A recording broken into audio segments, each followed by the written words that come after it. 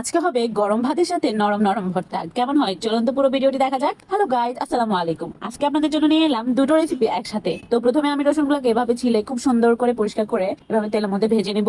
এরপরে হচ্ছে আমি এখানে শুকনো মরিচ নিয়ে নিয়েছি, এগুলাকে খুব সুন্দর করে পরিষ্কার করে নিয়ে নিয়েছি। এরপর নিয়ে নিয়েছি কুচি কুচি করে পেঁয়াজ কুচি। এরপর নিয়ে নিলাম আচ্ছা, শুকনো মরিচ গুলাকে আবার একটু ভালোভাবে তেলের মধ্যে ভাজতে হবে, মানে হচ্ছে ভেজে একদম মচমচে করে ফেলতে হবে, যেন ডলা দিলে একদম মিহি হয়ে যায়। যাই হোক, আস্তে আস্তে ভাজতে ভাজতে অনেক টাইম লেগে গেল। এরপর দেখুন এত সুন্দর একটা কালার আসছে। এত সুন্দর কালার আসতে আসতে যখন ভাজাটা কমপ্লিট হয়ে যাবে, এর মধ্যে আমি আরেকটা ভাজা কমপ্লিট করে ফেললাম। রসুন গুলাকে এভাবে ভেজে ফেললাম। রসুন ভাজা শেষ করে মরিচ ভাজাও শেষ হয়ে গেল, সবগুলাকে নিয়ে নিলাম আলাদা করে। এরপর হচ্ছে আলু সিদ্ধটা আগেই করে রেখেছি। আলু সিদ্ধ তো আপনারা সবাই পারেন, এই জন্য আমি নতুন করে আর এটা কোনো রেসিপি শেয়ার করিনি। যাই হোক, এখন আমি পেঁয়াজগুলোকে হালকা একটু ভেজে নিব, কারণ আপনারা যারা কাঁচা পেঁয়াজ খেতে পছন্দ করেন না তাদের জন্য একটু ভাজা পেঁয়াজ হলে মন্দ হয় না। তো পেঁয়াজগুলোকে ভালোভাবে ভেজে নিয়ে নিয়েছি।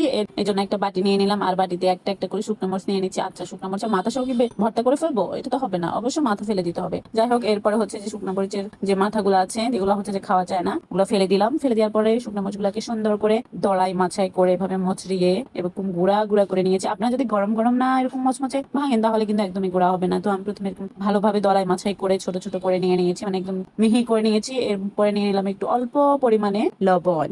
লবণ দিলে হবে কি, তরকারির টেস্টটা অনেক বেশি হয়ে যাবে। তরকারির মধ্যে বা ভর্তা যে কোনো খাবারে কিন্তু লবণ না দিলে একদমই খাইতে মজা নাই। যাই হোক, এরপরে দিয়ে দিলাম আলুগুলো এরকম ম্যাশ করে দিতে হবে, একদম 5 আঙ্গুল দিয়ে চাপ দিয়ে ভালোভাবে এভাবে মিহি করে নিতে হবে, তা না হলে কিন্তু এগুলো মিহি হবে না। আচ্ছা, যাই হোক, এখানে কিন্তু আমি কাঁচা পেঁয়াজ দিয়ে দিয়েছি, ভাজা পেঁয়াজ কিন্তু আমি এখানে দিই নাই। আচ্ছা, ভাজা পেঁয়াজগুলো কোথায় দিয়েছি সেটা দেখার জন্য কিন্তু পুরো ভিডিও দেখতে হবে। এরপরে খুব সুন্দর করে মাখিয়ে টাখিয়ে নিয়ে নিলাম। এরপর ভালোভাবে মিক্স হওয়ার পর এখানে দিয়ে দিচ্ছি সরিষার তেল, আমাদের সবার পছন্দের সরিষার তেল, যেটা না হলে কিন্তু একদমই চলে না। আচ্ছা, একটা কথা বলেন, সরিষার তেলে কি গ্যাস্ট্রিক নাই? অবশ্যই আছে। তারপর মানুষ কেন সরিষার তেল এত পছন্দ করে আমি ভাই বুঝি না। আমার কাছে কিন্তু তেমন একটা খারাপ লাগে না, বেশ ভালোই লাগে সরিষার তেলের তরকারি। যাই হোক, আপনাদের সাথে কথা বলতে বলতে কিন্তু আলু ভর্তাটা হয়ে গেল। আরে ভাই, ভিডিওতে পরে দেওয়া যে কত বেশি কষ্টের, এটা আপনারা যারা ভিডিও এডিট করেন তারাই বলতে পারবেন। যাই হোক, দেখুন আলু রেসিপিটা কত সুন্দর হয়েছে, আর কালারটাও জোস ফাটাফাটি, একদম জিভে জল আনা রেসিপি। যাই হোক, এরপরে হচ্ছে যে আমরা রসুনের রেসিপিটা তৈরি করব। চলুন তাইলে, এটার ভিডিও অলরেডি কমপ্লিট। এরপর একটা বাটি নিয়ে নিলাম, আর বাড়ির মধ্যে শুকনা মরিচ গুলাকে আবার এরকম করে নিয়ে নিবো, মাথাগুলো একটা একটা করে ফেলে